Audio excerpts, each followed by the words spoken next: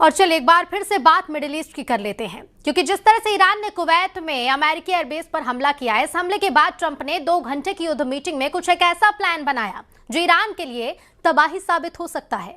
खुफिया इनपुट से पता चला है कि तेहरान की सड़कों पर कट्टरपंथियों ने प्रदर्शन तेज कर दिए। वो दबाव बना रहे हैं कि ईरान राष्ट्रपति डोनाल्ड ट्रंप के साथ परमाणु को लेकर कोई डील ना करे, क्योंकि अमेरिका पर भरोसा नहीं किया जा सकता। खुफिया रिपोर्ट्स के मुताबिक ये मिसाइल ईरान के पश्चिमी हिस्से में स्थित भूमिगत मिसाइल बेस या लॉन्च पैड से दागी गई थी। ईरान इस क्षेत्र से अपनी कम दूरी की बैलिस्टिक मिसाइलों के जरिए खाड़ी देशों में मौजूद अमेरिकी ठिकानों को निशाना बनाता जा रहा है।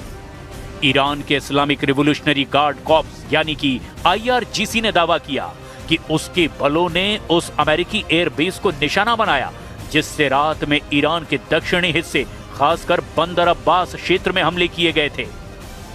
ईरानी सरकारी मीडिया के मुताबिक ये जवाबी कार्रवाई आक्रामक अमेरिकी हमले के खिलाफ थी।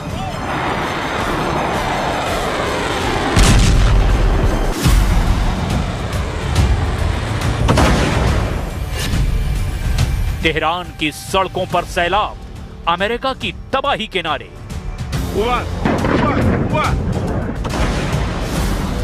ईरान के आंतरिक खुफिया इनपुट से पता चला कि तेहरान की सड़कों पर कट्टरपंथियों ने प्रदर्शन तेज कर दिए हैं। वे ईरानी वार्ताकारों पर दबाव बना रहे हैं कि अमेरिका के साथ बातचीत में कोई परमाणु रियायत न दी जाए।